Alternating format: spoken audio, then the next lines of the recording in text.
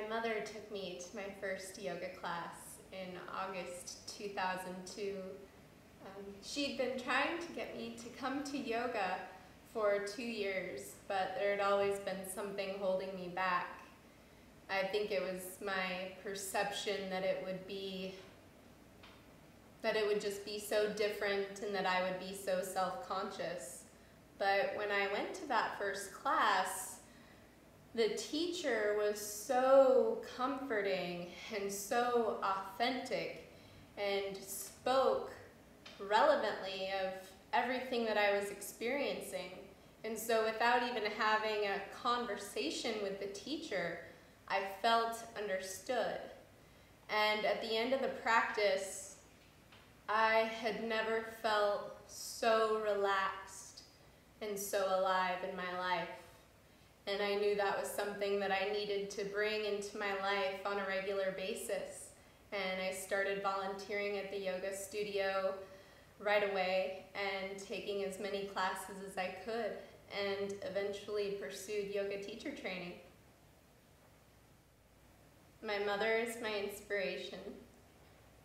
My grandmother is my inspiration.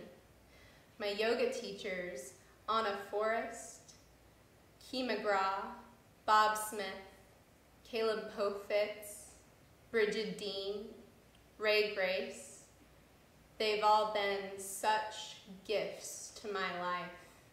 They've enriched my experience. They've helped pave a way for me to feel blissful. I didn't know that bliss lived inside the human experience. I was always under the impression that it wasn't until after death that that sort of experience was possible. I decided to start teaching because I was wrapping up a yoga teacher training with Bob Smith and Kee McGraw at the Hatha Yoga Center in Seattle, Washington.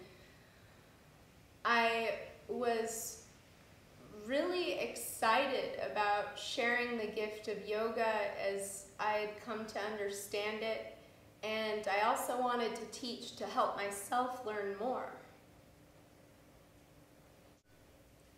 The gifts of a yoga practice I've found are very clear on the physical level. It helps with blood pressure control and regulation. It helps with regulating your metabolism. It helps, in that essence, weight control or weight loss or gain, whatever the body needs.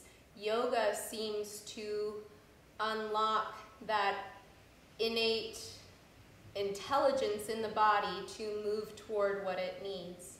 And in terms of mind, yoga has been a very freeing tool for my mind, as I used to identify myself with my thoughts as they naturally evolved from childhood to adulthood. And when I was introduced to yoga, I realized that the self was an entity that had a choice of thoughts, that thoughts were